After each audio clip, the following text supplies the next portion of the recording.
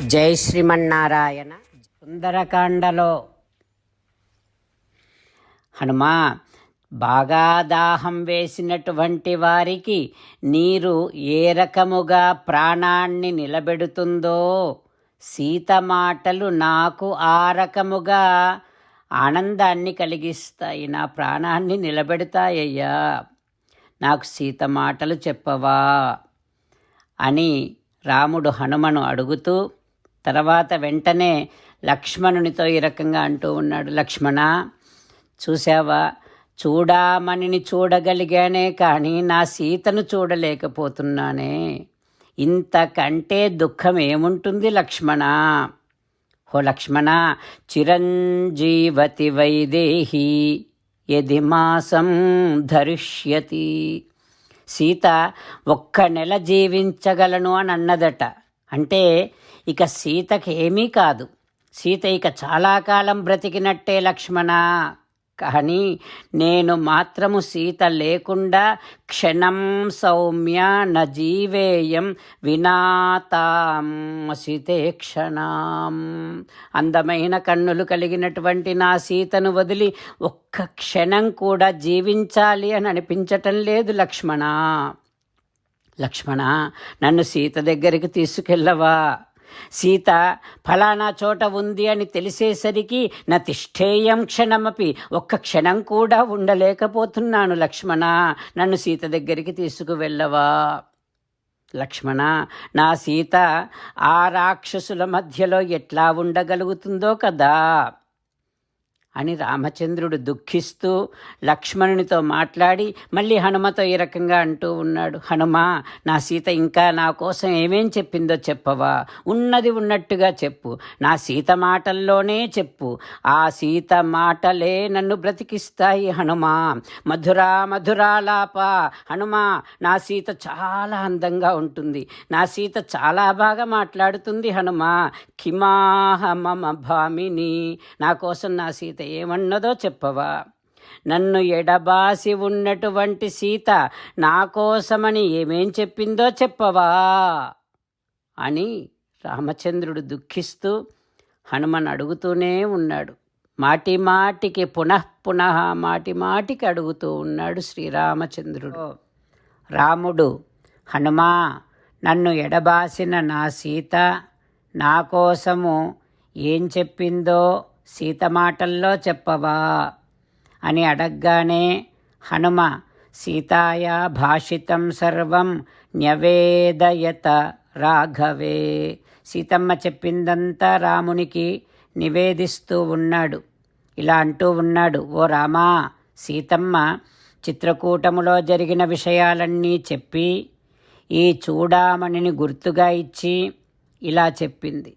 సీతమ్మ, ఒకనాడు నువ్వు సీతమ్మ ఒడిలో తలపెట్టుకొని నిద్రిస్తున్నప్పుడు ఒక కాకి మాటి మాటికి వచ్చి సీతమ్మను వక్షస్థలం మీద పొడిచిందట. అప్పుడు సీతమ్మకు అక్కడ గాయమై రక్తము కారితే ఆ రక్తము నీకు తాకి నువ్వు మేలుకున్నావట. అప్పుడు నువ్వు మహాకోపముతో సీతమ్మతో ఇలా అన్నావట. సీతా, నిన్ను గాయపరిచింది ఎవ్వరో చెప్పు. కః క్రీడతి సరోషేణ పంచవక్త్రేణ భోగినా. నేను 5 తలల పాము లాంటి వాడిని, నాతో చెలగాటమాడింది ఎవరో చెప్పు అని నువ్వు కోపముతో ఉడికిపోతూ నలువైపులా చూసేసరికి నీకు ఆ కాకి కనిపించిందట. అతడు దేవేంద్రుని కుమారుడు, భూమి మీద సంచరిస్తూ ఉంటాడు. ఓ రామా, నువ్వు అప్పుడు దర్భాసనము నుండి సదర్భం సంస్తరాత్ గృహ్య బ్రహ్మాస్త్రేణహి అయోజయ. దర్భాసనము నుండి ఒక దర్భను తీసి బ్రహ్మాస్త్ర మంత్రముతో దానిని అభిమంత్రించి ఆ కాకి మీదకు విసిరావట. రామచంద్రులను మనసారా ధ్యానము చేస్తూ పరమదయాలువు పరమశివుడు చెప్పిన పరమపావన రామనామాన్ని చెబుతూ మనము రామనామ గానము చేస్తూ ఉంటే అదిగో సీతారామచంద్రులు, పార్వతీ పరమేశ్వరులు, ఆంజనేయస్వామి, సకల దేవతలు, పితృదేవతలు, మహర్షులు, ఆచార్యులు, భాగవతోత్తములు అందరూ మనని చూసి ఆనందముతో అనుగ్రహిస్తున్నటువంటి దృశ్యాన్ని భావన చేస్తూ నోరారా రామనామగానము చేద్దాం. రామ రామ దశరథ రామ, రామ రామ దశరథ రామ, హే హే రాజా రామ, హే హే రాజా రామ, హే హే సీతారామ, హే హే సీతారామ.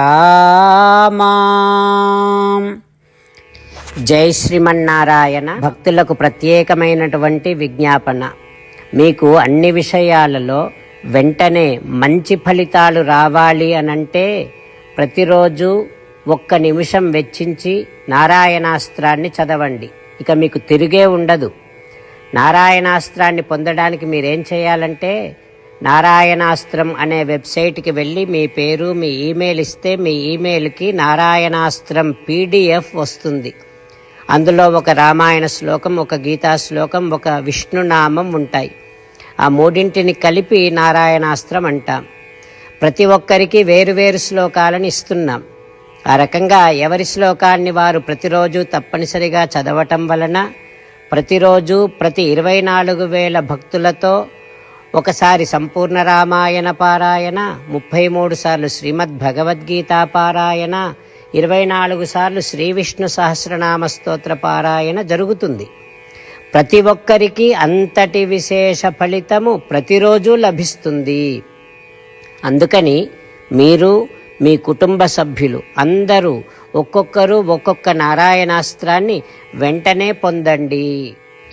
జై శ్రీమన్నారాయణ. శ్రీమద్ భగవద్గీత సారాంశముగా 18వ అధ్యాయములో 65 నుంచి 69 శ్లోకముల ద్వారా శ్రీకృష్ణ భగవానుడు మనందరినీ ఒక 8 పనులు చేయమని చెబుతూ పరమాత్మ ఈ రకంగా అంటూ ఉన్నాడు. ఎవరెవరైతే నేను చెప్పిన ఈ 8 పనులు చేస్తారో వారందరూ నాకు చాలా ఇష్టమైన వారవుతారు. అప్పుడు వారిని నేను సకల పాపముల నుండి, సకల దుఃఖముల నుండి విముక్తులను చేసి నా అంతటి వారిగా చేసుకుంటా, తరగని ఆనందాన్ని అనుభవింపచేస్తా. నిజమే చెబుతున్నా, ప్రమాణము చేసి చెబుతున్నా అంటూ సాక్షాత్తుగా దేవదేవుడైన శ్రీమన్నారాయణుడైన శ్రీకృష్ణ భగవానుడే మనను ఈ 8 పనులు చేయమని చెబుతూ ఉన్నాడు కనుక, హో శ్రీమన్నారాయణ, కరిష్యే వచనం తవ, తప్పకుండా చేస్తా, నువ్వు చెప్పినట్టే చేస్తా అంటూ మనం ప్రతిరోజు దేవదేవుడైన శ్రీమన్నారాయణుడికి ఈ రకంగా మాట ఇద్దాం. హో శ్రీమన్నారాయణ, నువ్వు చెప్పినట్టే నేను నిన్నే సంతతము ధ్యానము చేస్తూ ఉంటా. హో శ్రీమన్నారాయణ, నువ్వు చెప్పినట్టే నేను నీ భక్తుడిగానే ఉంటా. హో శ్రీమన్నారాయణ, నువ్వు చెయ్యమన్నట్టే నేను నా విధులను, కర్తవ్యాలను నీ సేవగా, నీ తృప్తి కోసమనే సక్రమంగా నిర్వర్తిస్తూ ఉంటా.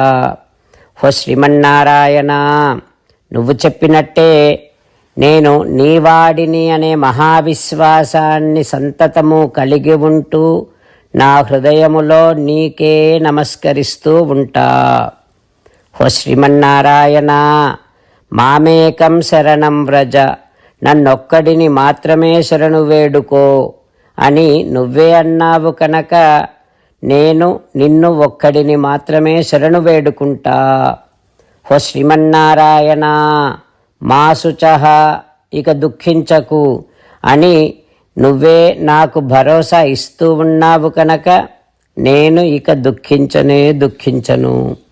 హో శ్రీమన్నారాయణ, నువ్వు చెప్పినట్టే నువ్వు నా కోసమని చెప్పిన శ్రీమద్భగవద్గీతను ఎప్పుడో ఒక్కసారి కాకుండా ప్రతిరోజు కనీసం 1 శ్లోకాన్నైనా అనుసంధానము చేస్తూ గీతోపదేశాన్ని జ్ఞాపకం చేసుకుంటూ ఉంటా.